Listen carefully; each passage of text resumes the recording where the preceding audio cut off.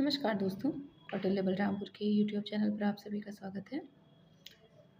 हम लोग class 8th की हिस्ट्री की एनसीईआरटी डिस्कस कर रहे हैं, जिसमें आज हम लोग चैप्टर नंबर 9 राष्ट्रीय आंदोलन का संगठन 1870 के दशक से 1947 तक ये पूरा समझा जाएगा। बेसिकली पूरा भारतीय राष्ट्रीय आंदोलन इस एक चैप्टर में हम लोग समझने वाले हैं। अब तक हम लोग क्या क्या पढ़ चुके हैं, देखिए क्या क्या पढ़ चुका गया है भाई। भारतीय भू क्षेत्रों पर कैसे अंग्रेज़ों का कब्जा हुआ और रियासतों को अपने में मिला लिया गया, ये पढ़ा गया। फिर कैसे नए कानून बने, कैसे प्रशासकीय संस्थाओं की धीरे धीरे शुरुआत हुई, ये समझा गया। किसानों और आदिवासियों की ज़िंदगी में कैसे बदलाव हुआ, ठीक जैसे हम लोग बिरसा मुंडा को समझे, कैसे नील विद्रोह, मतलब कैसे उन लोग का लाइफ बदला, ये समझा गया। फिर क्या शिक्षा के क्षेत्र में क्या क्या बदलाव आए, जैसे मैकाले ने कौन सी शिक्षा पद्धति शुरू की, किस तरह की शिक्षा को देना स्टार्ट किया, वो समझा गया।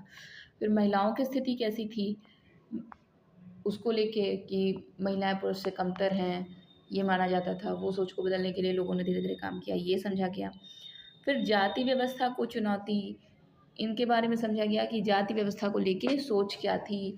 जैसे कुछ लोग, जैसे पेरियार, ईवी स्वामी पेरियार, ये भारतीय राष्ट्रीय कांग्रेस से अलग हो गए, क्योंकि वो एक बार गए सम्मेलन में तो उन्होंने देखा कि नीची जाति के लिए अलग खाने की व्यवस्था और ऊंची जाति के लिए अलग, तो जातिगत आंदोलन किस तरह से थे ये भी पूरा समझा गया। और सामाजिक और धार्मिक सुधार समझा गया। फिर 1857 का विद्रोह कि किस कारण से विद्रोह हुआ, क्या पीछे के क्या कारण थे, कारण समझा गया। और फिर उसके बाद विद्रोह के बाद क्या क्या परिणाम हुए, ये समझा गया। और हस्तकला का पतन और उद्योगों का विकास, बेसिकली पूरे क्लास 8th में इतनी चीज़ों को हमने समराइज़ किया, ये हम आपको समझा चुके हैं। अब ये पूरे मुद्दे जब आप पढ़िए तो आपको क्या लगता है, ऐसा लगता है कि भारत के लोग ब्रिटिश शासन से असंतुष्ट थे? यदि हाँ, तो विभिन्न समूह और वर्ग क्यों असंतुष्ट थे? क्योंकि अलग अलग उसमें हम लोगों ने अलग अलग डिस्कस किया कि प्रत्येक वर्ग कहीं ना कहीं ब्रिटिश शासन से असंतुष्ट ही था, कोई भी संतुष्ट नहीं था। ठीक, ये तो हम लोग समझ ही चुके हैं। और ये जो सबसे पहली तस्वीर बनी हुई है, ये है भारत छोड़ो आंदोलन जो हुआ था 1942 में। इसके दौरान जो प्रदर्शन कर रहे थे, प्रदर्शनकारियों पर जो पुलिस है वो आंसू गैस के गोले छोड़ रही है, उसकी फोटो है ये। तो देखिए राष्ट्रवाद का उदय, कैसे राष्ट्रवाद का उदय हुआ। जो ऊपर बदलाव हुए, उन बदलाव ने लोगों को एक अहम सवाल के बारे में सोचने के लिए विवश कर दिया, मजबूर कर दिया कि ये देश क्या है और किसके लिए है। ये जहाँ हम लोग रह रहे हैं, देश क्या होता है और किसके लिए है, इसका जवाब धीरे धीरे इस रूप में सामने आया। भारत का मतलब है यहाँ की जनता। भारत यहाँ रहने वाले किसी भी वर्ग, रंग, जाति, पंथ, भाषा या जेंडर वाले तमाम लोगों का घर है भारत। यह देश और इसके सारे संसाधन और इसकी सारी व्यवस्था उन सभी के लिए है। इस जवाब के साथ ये एहसास भी सामने आया कि अंग्रेज भारत के संसाधनों व यहाँ के लोगों की जिंदगी पर कब्जा जमाए हुए हैं, और जब तक ये नियंत्रण खत्म नहीं होता, भारत यहाँ के लोगों का, भारतीयों का नहीं हो सकता।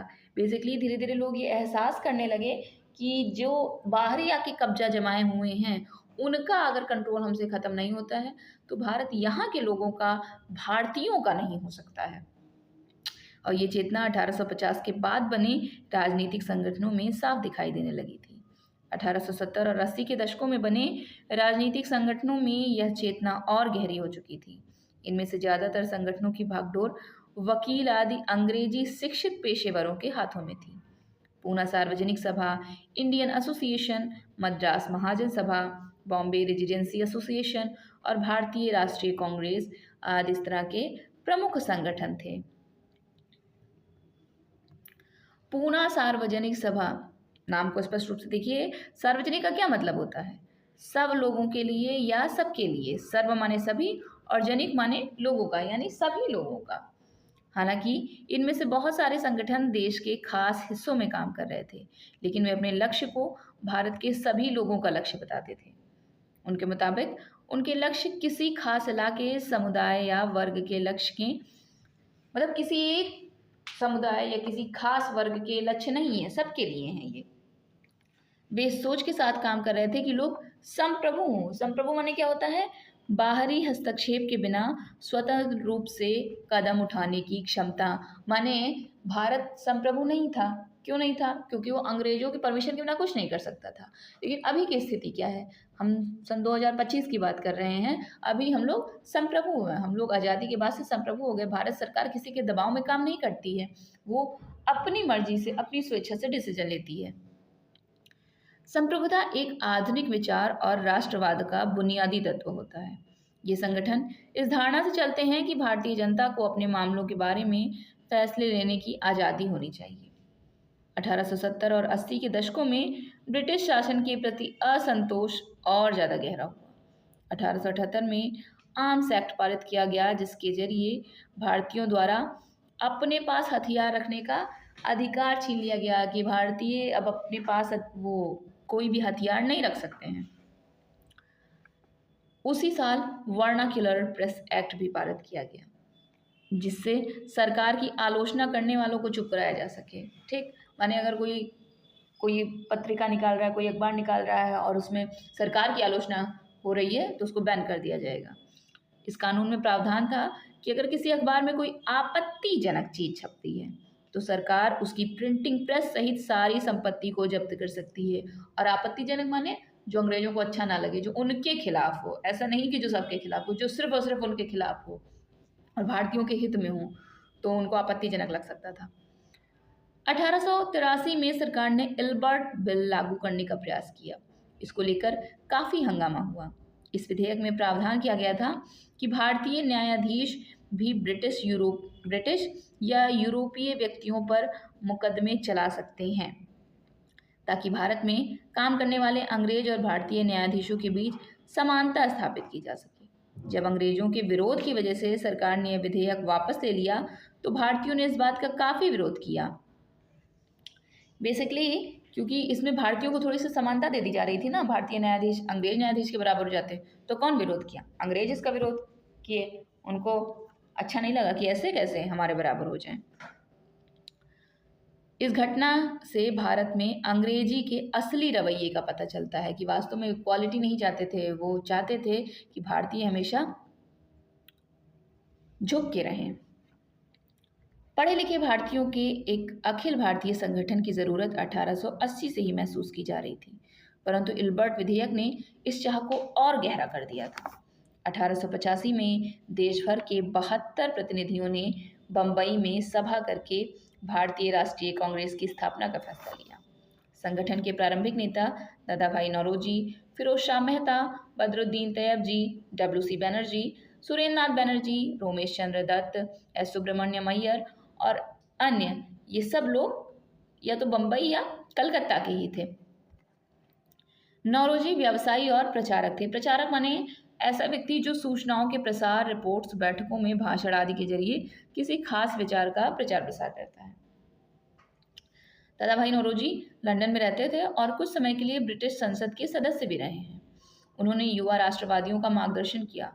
सेवानिवृत्त ब्रिटिश अफसर A.O. ह्यूम ने भी विभिन्न क्षेत्रों के भारतीयों को निकट लाने में अहम भूमिका अदा की।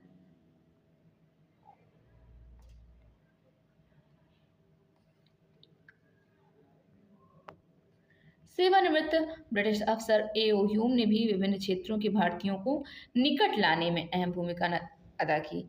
जो A.O. ह्यूम थे, जो कांग्रेस का संस्थापक माना जाता है, वो भी जो अलग अलग क्षेत्र के भारतीय थे, सबको एक दूसरे के करीब लाने में वो भी काफ़ी मदद किए।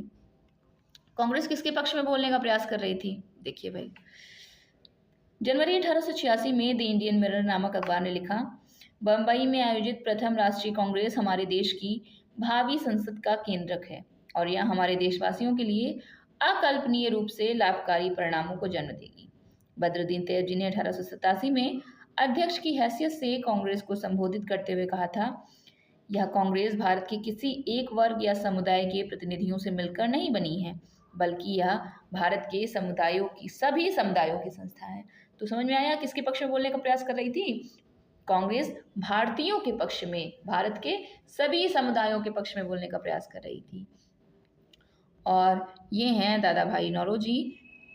नौरोजी की पुस्तक poverty and un British rule in India. कई बार परीक्षाओं में पूछा गया है कि निम्नलिखित में से दादा भाई नौरोजी की पुस्तक कौन सी है? Poverty and un British rule in India में ब्रिटिश शासन के आर्थिक परिणामों की बहुत तीखी आलोचना करी गई थी, दादा भाई नौरोजी ने की थी।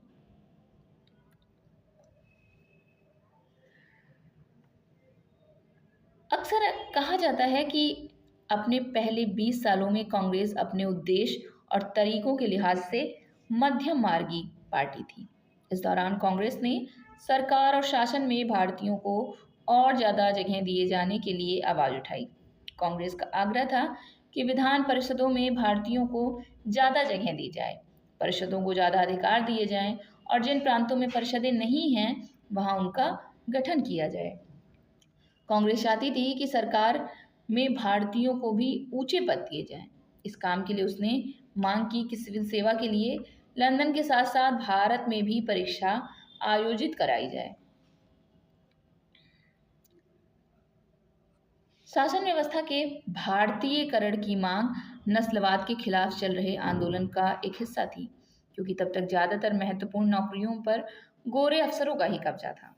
अंग्रेज आमतौर पर ये मानकर चलते थे कि भारतीयों को जिम्मेदारी भरे पद नहीं दिए जा सकते, क्योंकि अंग्रेज अफसर अपने भारी भरकम वेतन का एक बड़ा हिस्सा ब्रिटेन भेज देते थे। इसलिए लोगों को उम्मीद थी कि भारतीयकरण से यहाँ की धन संपत्ति भी कुछ हद तक भारत में रुकने लगेगी। भारतीयों की मांग थी कि न्यायपालिका को कार्यपालिका से अलग किया जाए, आर्म्स एक्ट को निरस्त किया जाए और अभिव्यक्ति या बोलने की स्वतंत्रता दी जाए। बेसिकली आर्म्स एक्ट जिसमें भारतीयों के पास हथियार रखने का अधिकार नहीं था उसको हटाया जाए, यानी हथियार रखने का अधिकार दिया जाए। दूसरा, कुछ कहने की स्वतंत्रता दी जाए, महत्वपूर्ण पदों पर भारतीयों को बिठाया जाए। ये सारी मांग कर रहे थे कांग्रेस वाले। निरस्त माने होता है किसी कानून को समाप्त करना, किसी कानून की वैधता अधिकृत रूप से समाप्त कर देना। ठीक, कि अब खत्म, निरस्त। जैसे परीक्षाएं निरस्त होती हैं, खत्म, वैसे ही शुरुआती सालों में कांग्रेस ने कई आर्थिक मुद्दे भी उठाए। उसका कहना था कि भारत में ब्रिटिश शासन की वजह से ही गरीबी और अकाल पड़ रहे हैं।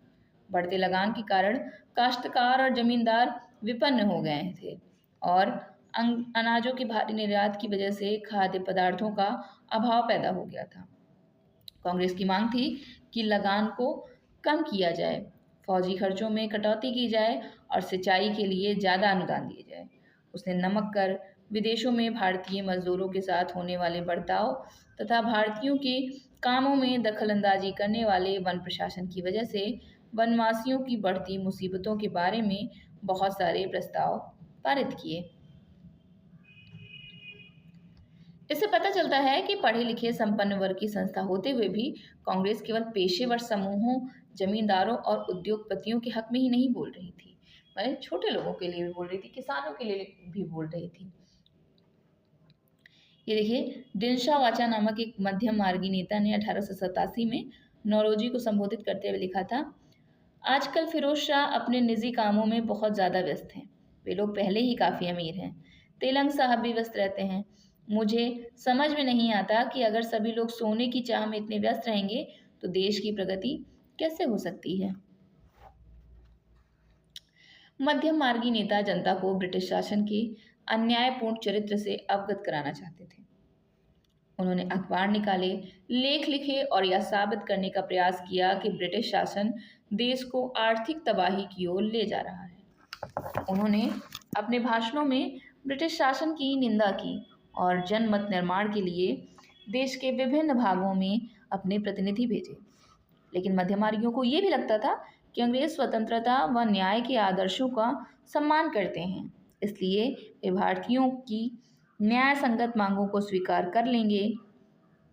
लिहाजा कांग्रेस का मानना था कि सरकार को भारतीयों की भावना से अवगत कराया जाना चाहिए। ठीक, बेसिकली जो मध्यम मार्ग वाले थे, पूरा तर्जुमा ये समझिए, उनको लगता था कि अंग्रेज स्वतंत्रता और न्याय के आदर्शों का सम्मान करते हैं, ठीक। और इसलिए बस उनको बता दिया जाए, अवगत करा दिया जाए कि देखो भाई ऐसी ऐसी समस्या है, तो वो मान लेंगे। ठीक। बस उनको भारतीयों की भावनाओं से अवगत कराया जाना है, बाकी वो ऐसा नहीं है कि इक्वालिटी नहीं देंगे और बोलने का अधिकार नहीं देंगे, बस अवगत करा दीजिए, ये मध्य मार्गियों का मानना था। स्वतंत्रता हमारा जन्मसिद्ध अधिकार है।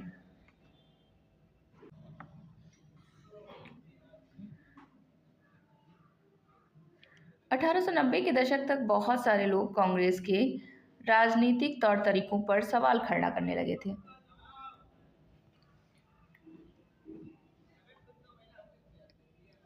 बंगाल, पंजाब और महाराष्ट्र में बिपिन चंद्र पाल, बाल गंगाधर तिलक, लाला लाजपत राय जैसे नेता ज़्यादा आमूल परिवर्तनवादी उद्देश्य और पद्धतियों के अनुरूप काम करने लगे थे।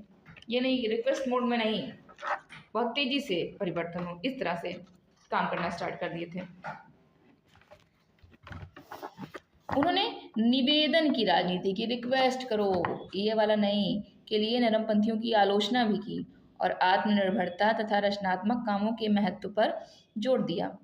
उनका कहना था कि लोगों को सरकार के नेक इरादों पर नहीं बल्कि अपनी ताकत पर भरोसा करना चाहिए, लोगों को स्वराज के लिए लड़ना चाहिए। तिलक ने नारा दिया, स्वतंत्रता मेरा जन्मसिद्ध अधिकार है और मैं इसे लेकर रहूंगा। 1905 में वायसराय कर्जन ने बंगाल का विभाजन कर दिया। उस वक्त बंगाल ब्रिटिश भारत का सबसे बड़ा प्रांत था। बिहार और उड़ीसा के कुछ भाग भी उस समय बंगाल का हिस्सा थे। अंग्रेजों का कहना था कि प्रशासकीय सुविधा को ध्यान में रखते हुए बंगाल का बंटवारा करना जरूरी था, परंतु इस प्रशासकीय सुविधा का मतलब क्या था? इससे किसको सुविधा मिलने वाली थी? जाहिर है इसका ताल्लुक अंग्रेज अफसरों और व्यापारियों के फायदे से था, लेकिन सरकार ने गैर बंगाली इलाकों को अलग करने की बजाय उसके पूर्वी भागों को अलग करके असम में मिला दिया। पूर्वी बंगाल को अलग करने के पीछे अंग्रेजों का मुख्य उद्देश्य ये रहा होगा कि बंगाली राजनेताओं के प्रभाव पर अंकुश लगाया जाए और बंगाली जनता को बांट दिया जाए। मतलब कहने को तो उन्होंने विभाजन किया बंगाल का कि प्रशासकीय सुविधा होगी, एडमिनिस्ट्रेशन ढंग से होगा, लेकिन दरअसल सिर्फ इसलिए विभाजन हुआ कि जो बंगाल में राजनीतिक उदय हो रहा है, जो नेता उभर रहे हैं, उन नेताओं पर बेसिकली अंकुश लगाया जा सके और बंगाली जनता को बांट दिया जाए, यही इनका मुख्य उद्देश्य रहा होगा। ये बाल गंगाधर तिलक हैं। बंगाल के विभाजन से देश भर में गुस्से की लहर फैल गई। मध्यमार्गी और आमूल परिवर्तनवादी कांग्रेस के सभी धड़ों ने इसका विरोध किया। विशाल जनसभाओं का आयोजन किया गया और जुलूस निकाले गए। जन प्रतिरोध के नए नए रास्ते ढूंढे गए। इससे जो संघर्ष उपजा उसे स्वदेशी आंदोलन के नाम से जाना जाता है। यह आंदोलन बंगाल में सबसे ताकतवर था, परंतु अन्य इलाकों में भी इसकी भारी अनुभूति सुनाई दी। ये देखिए मेज पर जो अखबार रखा है उसको देखिए, अखबार का नाम क्या लिखा हुआ है, दिख रहा होगा, केसरी, है ना। तिलक के संपादन में निकलने वाला मराठी अखबार, ये मराठी अखबार था केसरी। ये ब्रिटिश शासन का कट्टर आलोचक था। इसमें जो भी खबरें छपती थी सब ब्रिटिश सरकार की आलोचना की खबरें छपती थी। तो कुल मिला के जो स्वदेशी आंदोलन की अनुभूति पूरे भारत में सुनाई दे रही थी। ये देखिए स्वदेशी आंदोलन के दौरान हजारों लोग जुलूसों में शामिल हुए थे। ये बड़े बड़े जुलूस निकल रहे हैं। आंध्र के डेल्टा इलाके में यही स्वदेशी आंदोलन को वंदे मातरम आंदोलन के नाम से जाना जाता था। स्वदेशी आंदोलन ने ब्रिटिश शासन का विरोध किया और स्वयं सहायता स्वदेशी उद्यमों, राष्ट्रीय शिक्षा और भारतीय भाषा के उपयोग को बढ़ावा दिया। स्वराज के लिए आमूल परिवर्तनवादी ने जनता को लामबंद करने और ब्रिटिश संस्थानों व वस्तुओं के बहिष्कार पर जोर दिया। कुछ लोग ब्रिटिश शासन को उखाड़ फेंकने के लिए क्रांतिकारी हिंसा के समर्थक थे कि अगर हिंसा भी करनी पड़े तो करी जाएगी, लेकिन ब्रिटिश सत्ता को उखाड़ के फेंक दिया जाएगा। 20वीं शताब्दी के प्रारंभिक दशकों में कई दूसरी महत्वपूर्ण घटनाएं भी घटी। जैसे 1906 में मुसलमान जमींदारों और नवाबों के एक समूह ने ढाका में ऑल इंडिया मुस्लिम लीग का गठन किया। लीग ने बंगाल विभाजन का समर्थन किया। लीग की मांग थी कि मुसलमानों के लिए अलग निर्वाचिका की व्यवस्था की जाए। 1909 में सरकार ने ये मांग मान ली। अब परिषदों में कुछ सीटें मुसलमान उम्मीदवार के लिए आरक्षित कर दी गईं, जिन्हें मुस्लिम मतदाता द्वारा ही चुनकर भेजा जाना था। इससे राजनेताओं में अपने धार्मिक समुदाय के लोगों को अपना राजनीतिक समर्थक बनाने का लालच पैदा हो गया। ये बगल में तस्वीर है लाला लाजपत राय जी की। ये पंजाब के जाने माने राष्ट्रवादियों में से एक थे। वह याचिका और निवेदनों की राजनीति का विरोध करने वाले आमूल परिवर्तनवादी के प्रमुख नेता थे, जिसको आप बेसिकली गरम दल कहते हैं। वह आर्य समाज के भी सक्रिय सदस्य थे। तो हुआ ये मुस्लिम लीग बनने का परिणाम, मतलब 1906 में तो मुस्लिम लीग बनी ही बनी। दूसरा जो निवेदन की राजनीति कर रहे थे, दूसरा जो आमूल परिवर्तनवादी थे। परिणाम ये हुआ कि 1907 में कांग्रेस टूट गई। मध्यम मार्गी धड़ा बहिष्कार की राजनीति के विरुद्ध था। मतलब जो मध्यम मार्गी लोग थे वो बहिष्कार नहीं करना चाहते थे कि हर चीज का बहिष्कार करो। इस तरह की राजनीति के उन लोग अगेंस्ट थे। इन लोगों का मानना था कि इसके लिए बल प्रयोग की आवश्यकता होती है, जो कि सही नहीं है। संगठन टूटने के बाद कांग्रेस पर मध्यम मार्गी का दबदबा बन गया, जबकि तिलक के अनुयायी बाहर से काम करने लगे। दिसंबर 1915 में दोनों खेमों में एक बार फिर एकता स्थापित हुई और अगले साल कांग्रेस और मुस्लिम लीग के बीच ऐतिहासिक लखनऊ समझौते पर दस्तखत हुए और दोनों संगठनों ने देश में प्रातिनिधिक सरकार के गठन के लिए मिलकर काम करने का फैसला लिया।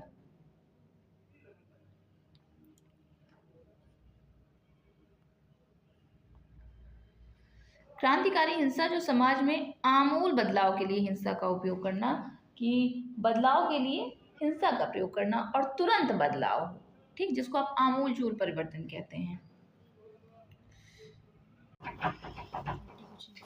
जन राष्ट्र का उदय कैसे हुआ? 1919 के बाद अंग्रेजों के खिलाफ चल रहा संघर्ष धीरे धीरे एक जन आंदोलन में तब्दील होने लगा। किसान, आदिवासी, विद्यार्थी और महिलाएं बड़ी संख्या में इस आंदोलन से जुड़ते गए। कई बार औद्योगिक मजदूरों ने भी आंदोलन में योगदान दिया।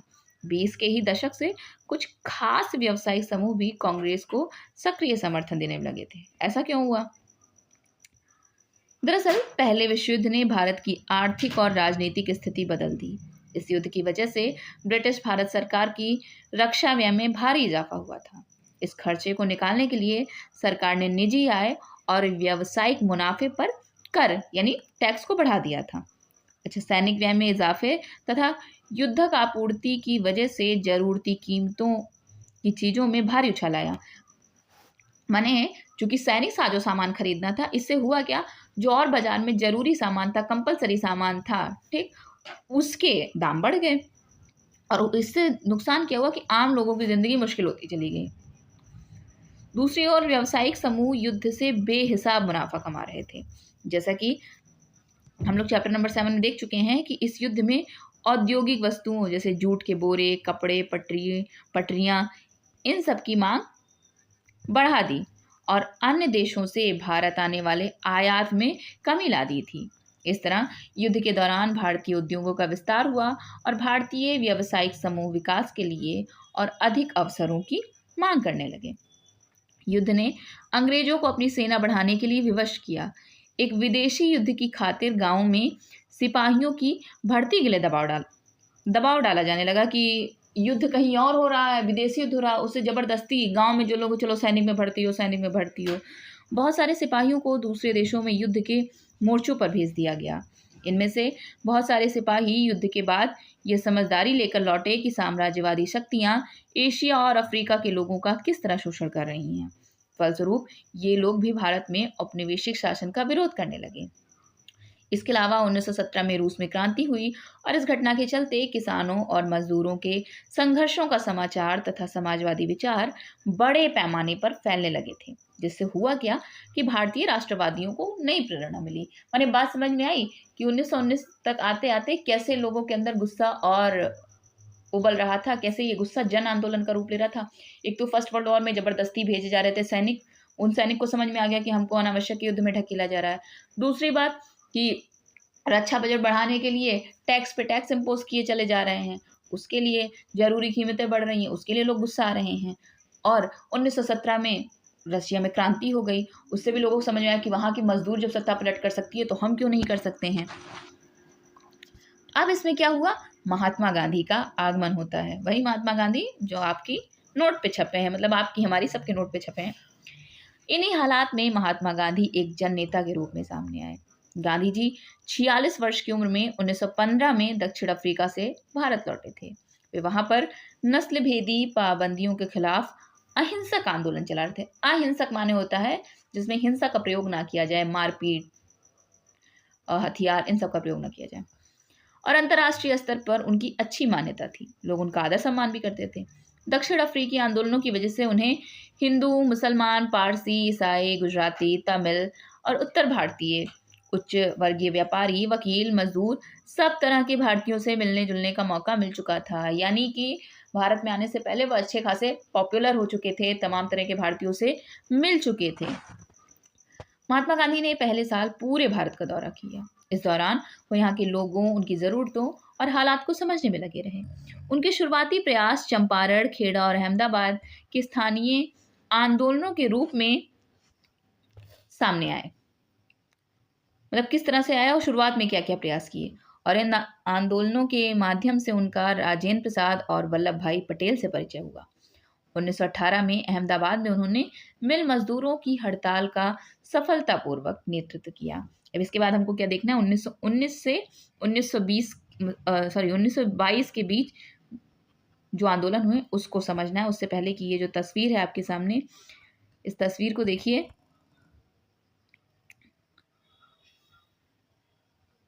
ये नटाल कांग्रेस के संस्थापक डरबन, दक्षिण अफ्रीका, 1895 की तस्वीर है। और क्या आप इसमें से अपने प्रिय गांधी जी को पहचान पा रहे हैं जो आपकी नोट पे छपे हैं? दिख रहा है कि नहीं दिख रहा है? ये देखिए, ये हैं आपके गांधी जी। 1895 में अन्य भारतीयों के साथ महात्मा गांधी ने नस्ली भेदभाव का विरोध करने के लिए नटाल कांग्रेस का गठन किया था। और वो पिछली कतार के ठीक बीच में कोट और टाई पहने दिखाई दे रहे हैं। ये थोड़ा सा जूम कर दें। यंग थे, जैसे हम लोग की आदत पड़ी है ना गांधी जी को बुजुर्ग स्वरूप में देखने की, वृद्ध स्वरूप में देखने की। ये उनकी यंग की तस्वीर आप लोग देख लीजिए, ये हैं गांधी जी। तो 1895 में नटाल कांग्रेस की उन्होंने स्थापना की थी। अब देखिए 1919 में क्या हुआ, रॉलेट सत्याग्रह। 1919 में गांधी जी ने अंग्रेजों द्वारा हाल ही में पारित किए गए रॉलेट कानून के खिलाफ सत्याग्रह का आह्वान किया। ये कानून अभिव्यक्ति की स्वतंत्रता, जिसे मूलभूत अधिकारों पर अंकुश लगाने और पुलिस को और ज्यादा अधिकार देने के लिए लागू किया गया था। महात्मा गांधी, मोहम्मद अली जिन्ना और अन्य नेताओं का मानना था कि सरकार के पास लोगों की बुनियादी स्वतंत्रताओं पर अंकुश लगाने का कोई अधिकार नहीं है। उन्होंने इस कानून को शैतान की करतूत और निरंकुशवादी बताया। कहा कि रॉलेट कानून जो है वो शैतान की करतूत है। गांधी जी ने लोगों से आह्वान किया, मैंने कहा कि इस कानून का विरोध करने के लिए 6 अप्रैल 1919 को अहिंसक विरोध दिवस के रूप में, अपमान व याचना दिवस के रूप में मनाया जाए और हड़तालें की जाएं। आंदोलन शुरू करने के लिए सत्याग्रह सभाओं का गठन किया जाए। रॉलेट सत्याग्रह ब्रिटिश सरकार के खिलाफ पहला अखिल भारतीय संघर्ष था। हालांकि यह मोटे तौर पर शहरों तक ही सीमित था। अप्रैल 1919 में पूरे देश में जगह जगह जुलूस निकाले गए और हड़तालों का आयोजन किया गया। सरकार ने इन आंदोलनों को कुचलने के लिए दमनकारी रास्ता अपनाया। बैसाखी यानी 13 अप्रैल को अमृतसर में जनरल डायर द्वारा जलियांबाग में किए गए हत्याकांड इसी दमन का हिस्सा है। इस जनसंहार पर रविंद्रनाथ टैगोर ने अपनी पीड़ा और गुस्सा जताते हुए नाइटहुड की उपाधि वापस लौटा दी थी। नाइटहुड कौन सी उपाधि होती है?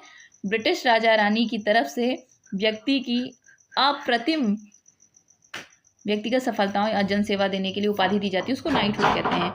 तो समझ में आया कि एक तरह से जलियांवाला बाग हत्याकांड क्यों हुआ था? रॉलेट सत्याग्रह की विरोध करने के लिए लोग 13 अप्रैल 1919 को जलियांवाला बाग में इकट्ठा हुए थे।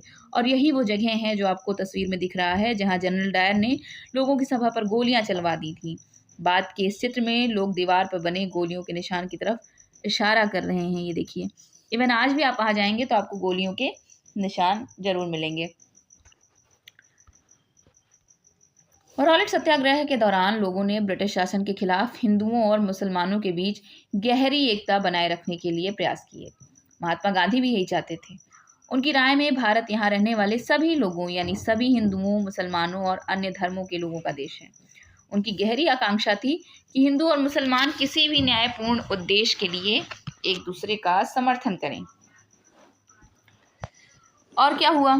खिलाफत आंदोलन और असहयोग आंदोलन। खिलाफत का मुद्दा इसी तरह का एक ज्वलंत मुद्दा था। 1920 में अंग्रेजों ने तुर्की के सुल्तान, खलीफा कहा जाता था, उन पर बहुत सख्त संधि थोप दी थी। जलियांवाला बाग हत्याकांड की तरह इस घटना पर भी भारत के लोगों में भारी गुस्सा था। भारतीय मुसलमान ये भी चाहते थे कि पुराने ऑटोमन साम्राज्य में स्थित पवित्र मुस्लिम स्थानों पर खलीफा का नियंत्रण बना रहना चाहिए। खिलाफत आंदोलन के नेता मोहम्मद अली और शौकत अली अब एक सर्वव्यापी असहयोग आंदोलन शुरू करना चाहते थे। गांधी जी ने उनके आह्वान का समर्थन किया और कांग्रेस से आग्रह किया कि वो पंजाब में हुए अत्याचारों यानी जलियांवाला बाग हत्याकांड और खिलाफत के मामले में हुए अत्याचार के विरुद्ध मिलकर अभियान चलाएं और स्वराज की मांग करें। 1921-22 के दौरान असहयोग आंदोलन को और गति मिली। हजारों विद्यार्थियों ने सरकारी स्कूल कॉलेज छोड़ दिए। मोतीलाल नेहरू, चित्तरंजन दास, चक्रवर्ती राजगोपालाचारी और आसफ अली जैसे बहुत सारे वकीलों ने वकालत छोड़ दी। अंग्रेजों द्वारा दी गई उपाधियों को वापस लौटा दिया गया। विधानमंडलों का बहिष्कार किया गया। जगह जगह लोगों ने विदेशी कपड़ों की होली जलाई। 1920 से 1922 के बीच विदेशी कपड़ों के आयात में भारी गिरावट आ गई, परंतु यह तो आने वाले तूफान की सिर्फ एक झलक थी। देश के ज़्यादातर हिस्से एक भारी विद्रोह के मुहाने पर खड़े थे जो कभी भी फट सकता था। अहिंसा से गांधी जी का क्या आशय था, ये समझ लें जरा सा। अहिंसा किसी संघर्ष का आधार कैसे बन सकती थी, इस बारे में गांधी जी का क्या कहना था। प्रतिफल की मामूली सी भी इच्छा किए बिना लगातार अच्छे काम करते जाने से अहिंसा का जन्म होता है। माने प्रतिफल, माने कि बदले में आपको कुछ भी ना मिले, ठीक, जो बदले में कुछ मिलता है उसी को प्रतिफल बोलते हैं। तो उसकी उम्मीद ना करिए और अच्छे भाव से काम करते जाइए। यहीं से अहिंसा का जन्म होता है। यही अहिंसा का सबसे अमूल्य सबक है। दक्षिण अफ्रीका में मैंने अन्याय और अत्याचार को रोकने के उद्देश्य से पीड़ा के अनंत सिद्धांत को सीख लिया है। इसका सकारात्मक आशय अहिंसा से है। इसके लिए आपको किसी भी व्यक्ति के हाथों खुशी खुशी पीड़ा सहने के लिए तैयार रहना चाहिए और आप किसी के प्रति दुर्भावना नहीं रखेंगे, यहाँ तक कि अपने साथ बुरा करने वालों के साथ भी नहीं। ये गांधी जी का मानना था और गांधी जी ने 1938 में कहा था। तो बात समझ रहे हैं कि एक तरह से विद्रोह के मुहाने पे देश के कई हिस्से खड़े हैं। कई जगहों पर लोगों ने ब्रिटिश शासन का अहिंसक विरोध किया, लेकिन कई स्थानों पर विभिन्न वर्गों और समूहों ने गांधी जी के आह्वान के अपने हिसाब से अर्थ निकाले और इस तरह के रास्ते अपनाए जो गांधी जी के विचारों से मेल नहीं खाते थे। सभी जगह लोगों ने अपने आंदोलनों को स्थानीय मुद्दों के साथ जोड़कर आगे बढ़ाया। जैसे कुछ देखा जाए, खेड़ा में गुजरात में पाटीदार किसानों ने अंग्रेजों द्वारा थोप दिए गए भारी लगान के खिलाफ अहिंसक अभियान चलाया। तटीय आंध्र प्रदेश और तमिलनाडु के भीतरी भागों में शराब की दुकानों की घेराबंदी की गई। घेराबंदी क्या होता है? लोगों को किसी इमारत या दुकान में जाने से रोकने के लिए जो विरोध प्रदर्शन किया था उसको घेराबंदी कहते हैं। आप भी आए दिन सुना करते होंगे, यहाँ घेराबंदी हुई, वहाँ घेराबंदी हुई। आंध्र प्रदेश के गुंटूर जिले में आदिवासी और गरीब किसानों ने बहुत सारे वन सत्याग्रह किए। इन सत्याग्रहों में कई बार वे चराई शुल्क अदा किए बिना भी अपने जानवरों को जंगल में छोड़ देते थे। उनका विरोध इसलिए था क्योंकि औपनिवेशिक सरकार ने वन संसाधनों पर उनके अधिकारों को बहुत सीमित कर दिया था। उन्हें यकीन था कि गांधी जी उन पर लगे कर कम करा देंगे और वन कानूनों को खत्म करा देंगे। बहुत सारे वन गांवों में किसानों ने स्वराज का ऐलान कर दिया क्योंकि उन्हें उम्मीद थी कि गांधी राज जल्द ही स्थापित होने वाला है। सिंध, जो समय पाकिस्तान में है, यहाँ में मुस्लिम व्यापारी और किसान खिलाफत के आह्वान पर बहुत उत्साहित थे। बंगाल में भी खिलाफत असहयोग के गठबंधन ने जबरदस्त सांप्रदायिक एकता को जन्म दिया और राष्ट्रीय आंदोलन को नई ताकत प्रदान करी। पंजाब में सिखों के अकाली आंदोलन ने अंग्रेजों की सहायता से गुरुद्वारों में जमे बैठे भ्रष्ट महंतों को हटाने के लिए आंदोलन चलाया। महंत क्या होते हैं? सिख गुरुद्वारों के धार्मिक कर्ता धर्ता महंत। यह आंदोलन असहयोग आंदोलन से काफी घनिष्ठ रूप से जुड़ा हुआ दिखाई देता था। असम में गांधी महाराज की जय के नारे लगाते हुए चाय बागान मजदूरों ने अपनी तनख्वाह में इजाफे की मांग शुरू कर दी। उन्होंने अंग्रेजी स्वामित्व वाले बागान की नौकरी छोड़ दी। उनका कहना था कि गांधी जी भी यही चाहते हैं। उस दौर में बहुत सारे असमिया वैष्णव गीतों में कृष्ण की जगह गांधी राज का यशगान किया जाने लगा था। बात समझ रहे हैं? हो तो बेसिकली पूरे देश में एक असहयोग आंदोलन हो रहा था, लेकिन जगह जगह पर लोग इसको अपने स्थानीय मुद्दों से जोड़ रहा था। कोई चाय के बागान से जोड़ रहा है, कोई अगर कर कहीं बढ़ा दिया जा रहा है, सब स्थानीय मुद्दों के साथ जोड़ के उस आंदोलन का, कोई बिना चरवाहा टैक्स दिए हुए अपने जानवरों को जंगल में छोड़ दे रहा है। ठीक,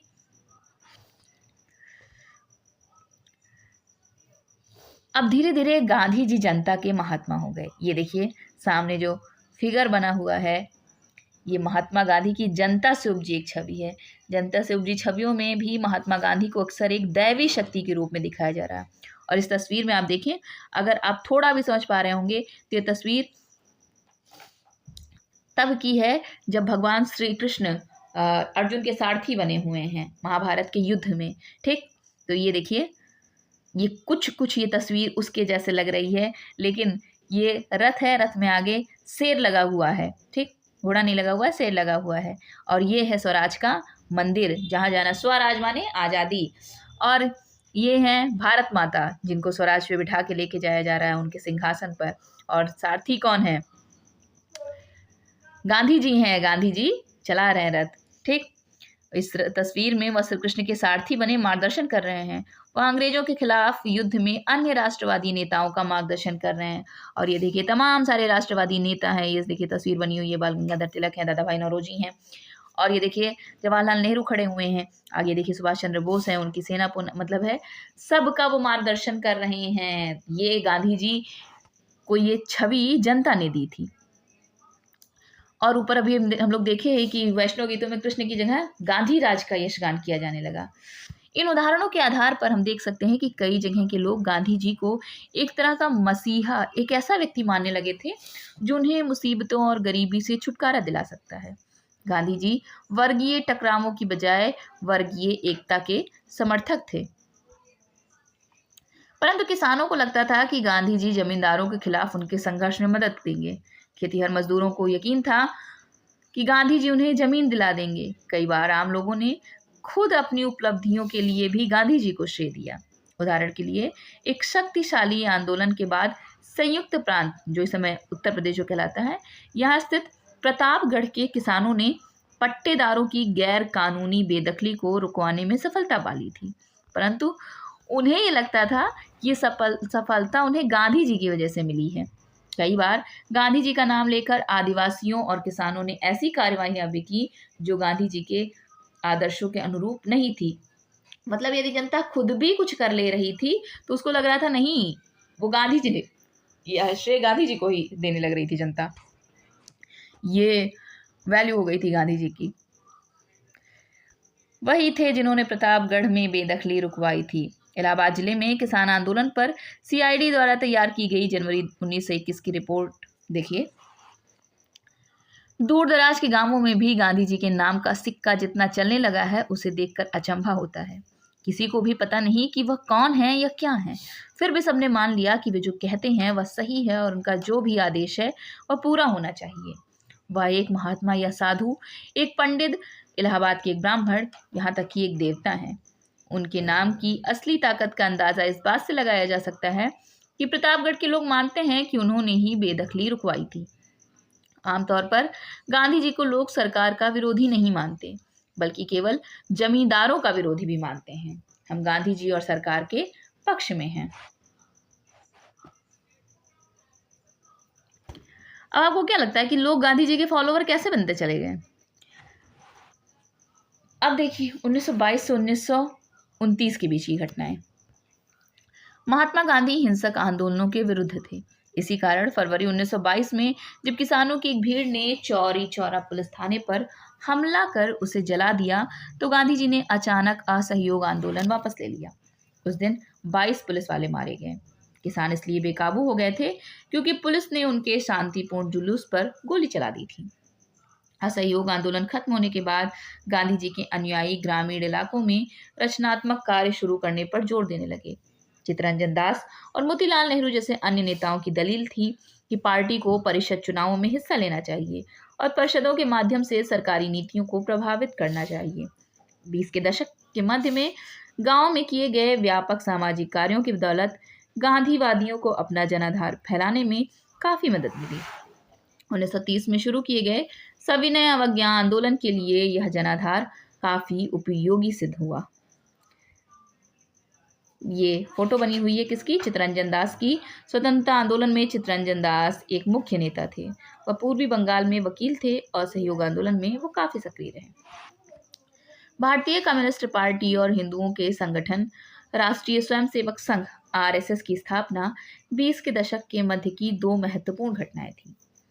भारत के भविष्य को लेकर इन पार्टियों की सोच में गहरा फर्क था।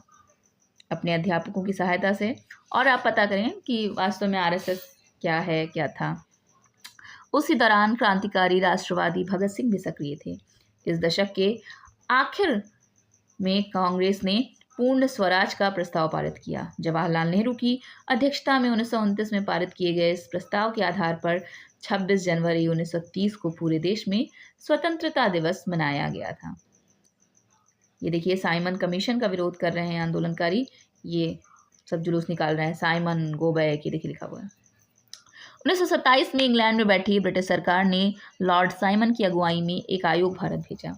इस आयोग को भारत के राजनीतिक भविष्य का फैसला करना था।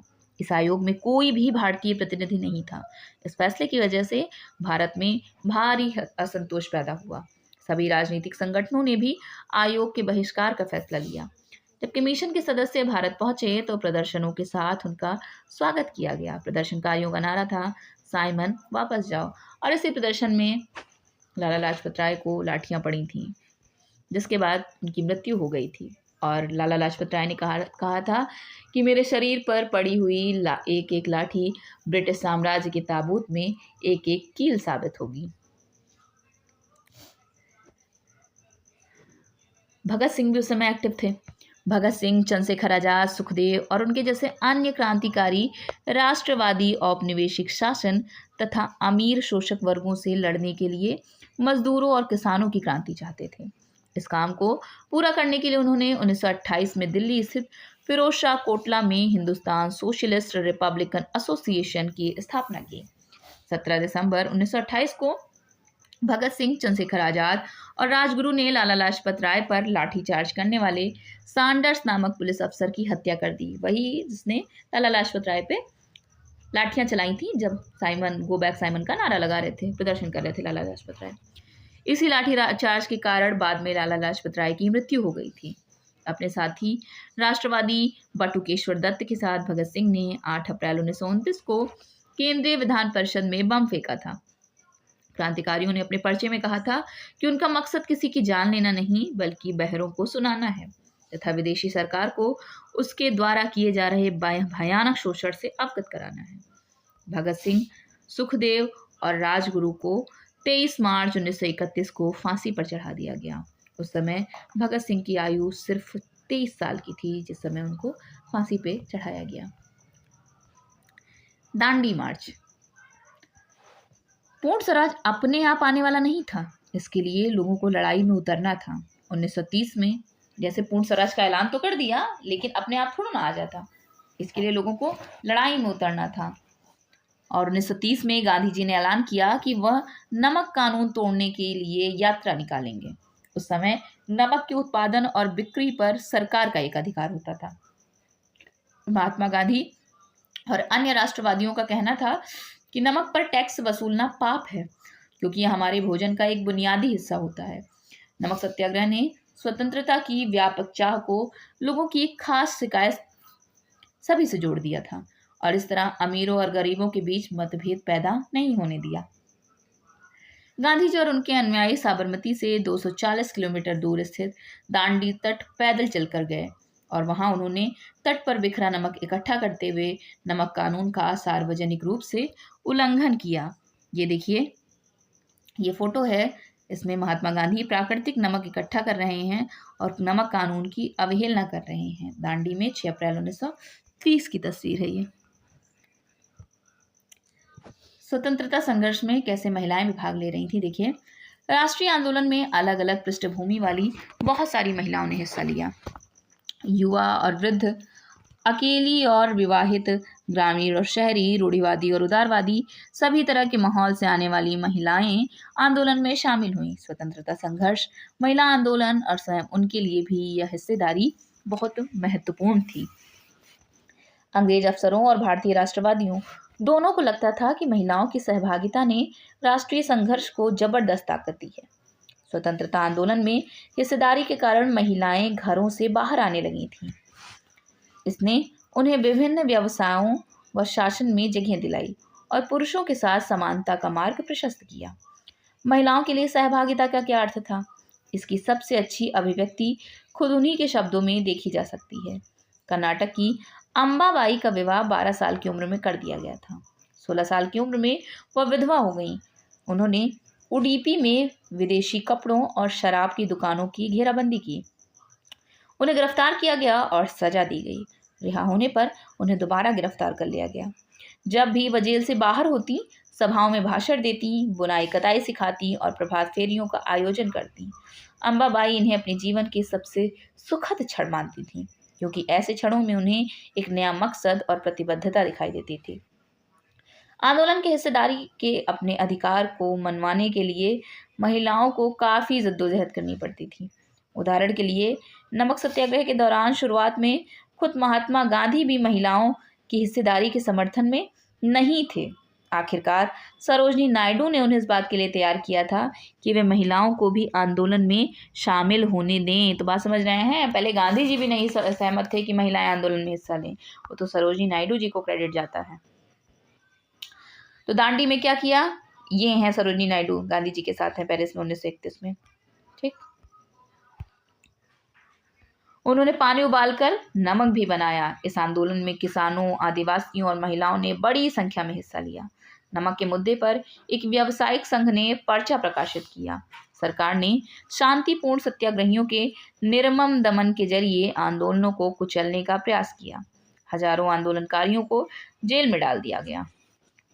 भारतीय जनता के साझा संघर्षों के चलते आखिरकार 1935 के गवर्नमेंट ऑफ इंडिया एक्ट में प्रांतीय स्वायत्तता का प्रावधान किया गया।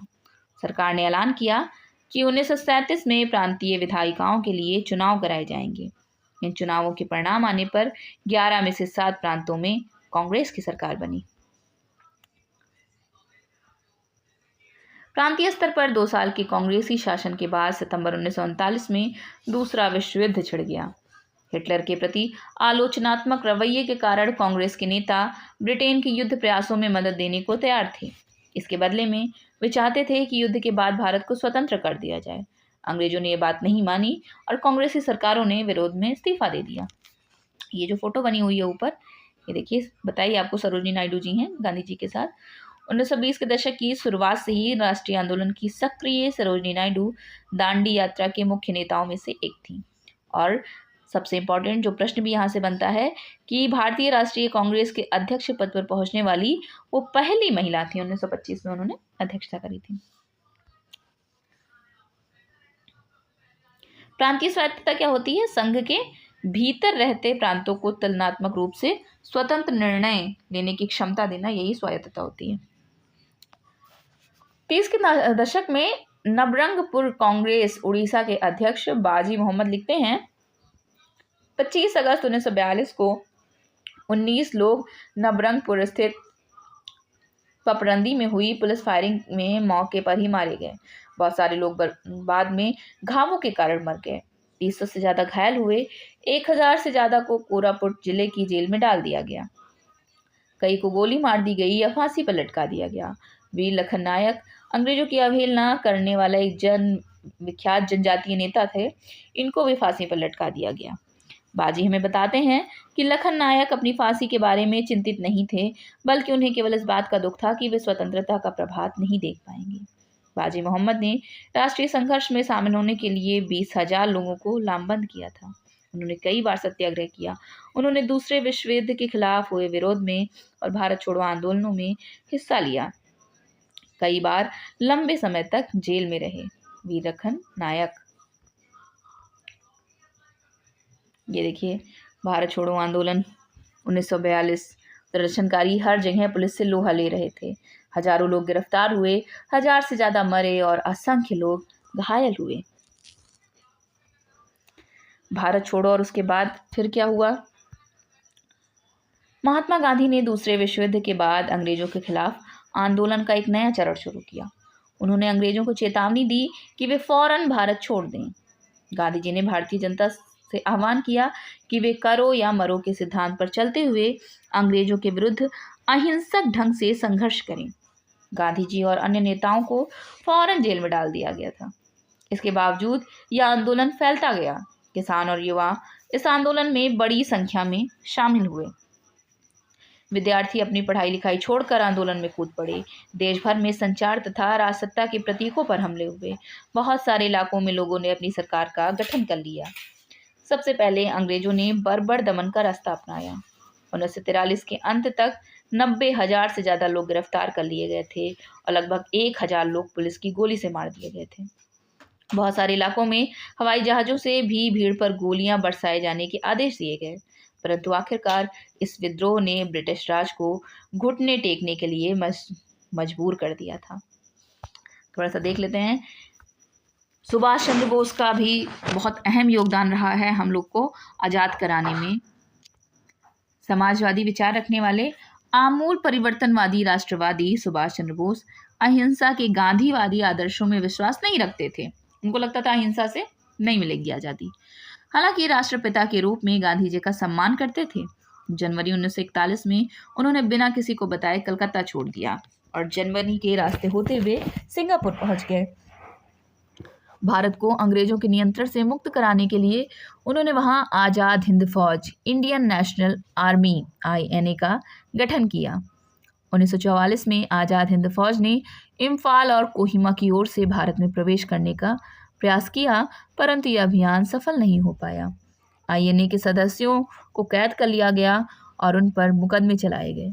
देश भर में तमाम तरह के लोगों ने आज़ाद हिंद फौज के सिपाहियों पर चलाए गए मुकदमों के खिलाफ चले संघर्षों में हिस्सा लिया।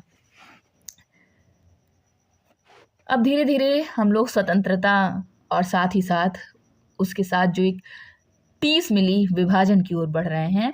1940 में मुस्लिम लीग ने देश के पश्चिमोत्तर तथा पूर्वी क्षेत्रों में मुसलमानों के लिए स्वतंत्र राज्यों की मांग करते हुए एक प्रस्ताव पारित किया। इस प्रस्ताव में विभाजन या पाकिस्तान का जिक्र नहीं था।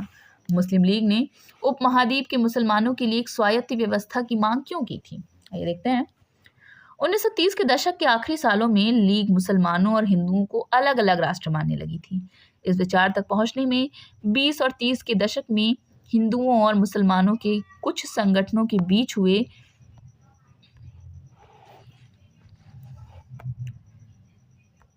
तनाव का भी हाथ रहा होगा। बेसिकली कुछ तनाव भी रहा होगा जिसकी वजह से हिंदू और मुसलमान अलग अलग अपने आप को महसूस करने लगे थे।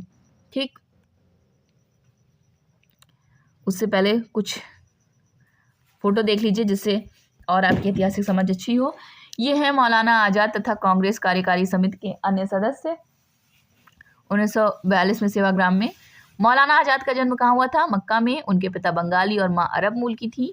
बहुत सारी भाषाओं के जानकार, आज़ाद, इस्लाम के विद्वान और वहदत दीन यानी सभी धर्मों की बुनियादी एकता के हिमायती थे। गांधीवादी आंदोलनों में हमेशा सक्रिय रहने वाले और हिंदू मुस्लिम एकता के पक्के हिमायती थे। उन्होंने जिन्ना के 2 राष्ट्र सिद्धांत का विरोध किया था कि जो लोग चाहते थे हिंदू और पाकिस्तान बने। तो ये हैं मौलाना आज़ाद। ये कौन है? ये हैं चक्रवर्ती राजगोपालाचारी। गांधी जी और जिन्ना वार्ताओं से पहले गांधी जी के साथ बात करते चक्रवर्ती राजगोपालाचारी 1944 की तस्वीर है। वयोवृद्ध राष्ट्रवादी और दक्षिण में नमक सत्याग्रह के नेता चक्रवर्ती राजगोपालाचारी 1946 में बनी अंतरिम सरकार के सदस्य थे और वो स्वतंत्र भारत के पहले गवर्नर जनरल थे, भारतीय गवर्नर जनरल थे। उन्हें लोग राजा जी के नाम से जानते थे। ये हैं सरदार वल्लभ भाई पटेल। इन्होंने 45 से 47 के दौरान आज़ादी के लिए चली वार्ताओं में एक अहम भूमिका अदा की थी। पटेल नादियाड, गुजरात के एक गरीब किसान व्यवसायी परिवार से थे। 1918 के बाद स्वतंत्रता आंदोलन की अगली कतार में रहने वाले पटेल 1931 में कांग्रेस के अध्यक्ष भी रहे। ये वो बड़े बड़े नाम हैं जो आज़ादी के संघर्ष में हिस्सेदारी किए थे। और ये हैं महात्मा गांधी के साथ मोहम्मद अली जिन्ना। सितंबर 1940 की फोटो है। 1920 तक हिंदू मुस्लिम एकता के समर्थन में सक्रिय रहे जिन्ना ने लखनऊ समझौता करवाने में एक अहम भूमिका अदा की थी। आपको याद होगा जब मुस्लिम लीग और कांग्रेस का समझौता हुआ था 1916 में। 1934 के बाद उन्होंने मुस्लिम लीग को पुनर्जीवित किया और अंत में वे पाकिस्तान की स्थापना के सबसे मुख्य प्रवक्ताओं की कतार में जा पहुंचे। पता नहीं क्या हो गया इनको। और ये सबसे जानी मानी फोटो आप आए दिन इंटरनेट पे देखते रहे होंगे। जवाहरलाल नेहरू कांग्रेस के बम्बई अधिवेशन से पहले महात्मा गांधी से बात कर रहे हैं। जुलाई 1946 की तस्वीर है। गांधी जी के शिष्य, कांग्रेस, समाजवादी और अंतर्राष्ट्रीय विचार रखने वाले नेहरू राष्ट्रीय आंदोलन तथा स्वतंत्र भारत की आर्थिक एवं राजनीतिक व्यवस्था के मुख्य शिल्पियों में से एक थे। तो बेसिकली हम लोग क्या पढ़ रहे थे कि जो हिंदू और मुसलमानों के बीच ये हुआ कि दो राष्ट्र अलग अलग राष्ट्र बन जाएं, तो ये संगठनों के बीच जो कुछ तनाव हुआ है उनका भी जरूर ही हाथ रहा होगा। 1937 के प्रांतीय चुनाव संभवतः इससे भी ज़्यादा बड़े कारण रहे। इन चुनावों ने मुस्लिम लीग को इस बात का यकीन दिला दिया कि यहाँ मुसलमान अल्पसंख्यक हैं और किसी भी लोकतांत्रिक संरचना में उन्हें हमेशा गौण भूमिका निभानी पड़ेगी।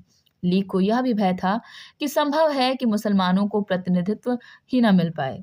1937 में मुस्लिम लीग संयुक्त प्रांत में कांग्रेस के साथ मिलकर सरकार बनाना चाहती थी, परंतु कांग्रेस ने इस प्रस्ताव को स्वीकार नहीं किया, जिससे फासला और बढ़ गया। 30 के दशक में मुस्लिम जनता को अपने साथ लामबंद करने में कांग्रेस की विफलता ने भी लीग को अपना सामाजिक जनाधार फैलाने में मदद की। 40 के दशक के शुरुआती सालों में जिस समय कांग्रेस के ज़्यादातर नेता जेल में थे, उस समय लीग ने अपना प्रभाव फैलाने के लिए तेजी से प्रयास किए और 1945 में विश्व युद्ध खत्म होने के बाद अंग्रेजों ने भारतीय स्वतंत्रता के लिए कांग्रेस और लीग से बातचीत शुरू कर दी। यह वार्ता सफल रही क्योंकि लीग का कहना था कि उसे भारतीय मुसलमानों का एकमात्र प्रतिनिधि माना जाए। कांग्रेस इस दावे को मंजूर नहीं कर सकती थी क्योंकि बहुत सारे मुसलमान अभी भी उसके साथ थे। 1946 में दोबारा प्रांतीय चुनाव हुए और सामान्य निर्वाचन क्षेत्र माने क्या होता है? ऐसे निर्वाचन क्षेत्र जहां किसी धार्मिक तथा अन्य संप्रदाय के लिए कोई आरक्षण यानी रिजर्वेशन नहीं था। इसमें कांग्रेस का प्रदर्शन तो अच्छा रहा, परंतु मुसलमान के लिए आरक्षित सीटों पर लीग को बेजोड़ सफलता मिली। लीग पाकिस्तान की मांग पर चलती रही और मार्च 1946 में ब्रिटिश सरकार ने इस मांग का अध्ययन करने और स्वतंत्र भारत के लिए एक सही राजनीतिक बंदोबस्त सुझाने के लिए 3 सदस्यीय परिसंघ भारत भेजा। इस परिसंघ ने सुझाव दिया कि भारत अविभाजित रहे और उसे मुस्लिम बहुल क्षेत्रों को कुछ स्वायत्तता देते हुए एक ढीले ढाले महासंघ के रूप में संगठित किया जाए। कांग्रेस और मुस्लिम लोग दोनों ही इस प्रस्ताव के कुछ खास प्रावधानों पर सहमत नहीं थे। अब देश का विभाजन अवश्यंभावी था, माने अब इसको होना ही होना था, कोई टाल नहीं सकता था। ये देखिए, ये एक तस्वीर है जिसमें खान अब्दुल गफ्फार खान उत्तर पश्चिमी सीमांत प्रांत के प्रमुख पश्तू नेताओं में से एक थे। ये हैं खान अब्दुल गफ्फार खान और ये तो आप जान ही रहे गांधी जी हैं। इस चित्र में अपने सहयोगियों के साथ बिहार में एक शांति यात्रा में हिस्सा ले रहे हैं। गफ्फार खान को बादशाह खान के नाम से भी जाना जाता है। वह खुदाई खिदमतगार संगठन के संस्थापक थे। यह उनके प्रांत के पठानों में लोकप्रिय शक्तिशाली अहिंसक आंदोलन था। बादशाह खान भारत विभाजन के सख्त खिलाफ थे। उन्होंने 1947 में इस फैसले पर मंजूरी देने के लिए कांग्रेस के अपने साथियों की भर्त्सना भी की थी। तो अब विभाजन तो तय ही था। कैबिनेट मिशन की विफलता के बाद मुस्लिम लीग ने पाकिस्तान की अपनी मांग मनवाने के लिए जन आंदोलन शुरू करने का फैसला लिया। उसने 16 अगस्त 1946 को प्रत्यक्ष कार्रवाई दिवस मनाने का आह्वान किया। इसी दिन कलकत्ता में दंगे भड़क उठे जो कई दिन तक चलते रहे। इन दंगों में हजारों लोग मारे गए। मार्च 1947 तक उत्तर भारत के विभिन्न भागों में भी हिंसा फैल गई थी। कई लाख लोग मारे गए। असंख्य महिलाओं को विभाजन की इस हिंसा में अकथनीय अत्याचारों का सामना करना पड़ा। करोड़ों लोगों को अपने घर बार छोड़कर भागना पड़ा। अपने मूल स्थानों से बिछड़कर ये लोग रातों रात अजनबी जमीन पर शरणार्थी बनकर रह गए। विभाजन का नतीजा यह भी हुआ कि भारत की शक्ल सूरत ही बदल गई। उसके शहरों का माहौल बदल गया और एक नए देश पाकिस्तान का जन्म हुआ। इस तरह ब्रिटिश शासन से स्वतंत्रता का ये आनंद विभाजन की पीड़ा और हिंसा के साथ हमारे सामने आया।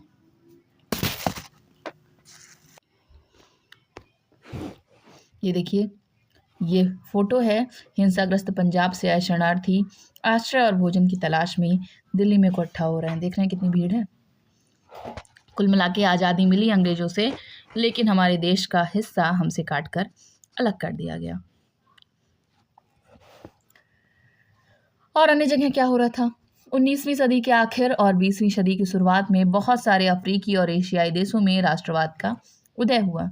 इनमें से बहुत सारे देशों में राष्ट्रवाद का उदय स्वतंत्रता के लिए उपनिवेशवाद विरोधी संघर्षों के तहत हुआ था। अफ्रीका में औपनिवेशिक शासन तानाशाही जैसा था। विदेशी शासकों के प्रतिनिधि के रूप में केवल मुखियाओं को ही शासन चलाने की छूट दी जाती थी, या फिर अफ्रीकियों के बारे में केवल गोरे प्रतिनिधियों वाली सभाएं कानून बनाती थीं। कम से कम दूसरे विश्व युद्ध के बाद तक अफ्रीकियों के पास निर्णय लेने या प्रतिनिधित्व की ताकत नहीं थी। स्थानीय भूस्वामी या किसानों से जमीन का जबरन अधिग्रहण, करों में वृद्धि और खराब कार्य परिस्थितियों की वजह से बहुत सारे अफ्रीकी आंदोलन शुरू हुए। 1957 में घाना स्वतंत्रता पाने वाला उप सहारा अफ्रीका का पहला देश बना। इससे पहले उसे गोल्ड कोस्ट के नाम से जाना जाता था। यहाँ स्वतंत्रता आंदोलन का नेतृत्व क्वामे नक्रूमा की कन्वेंशन पीपुल्स पार्टी कर रही थी। घाना की जनता ने स्वतंत्रता के लिए हड़ताल, बहिष्कार और जन आंदोलनों का रास्ता अपनाया था।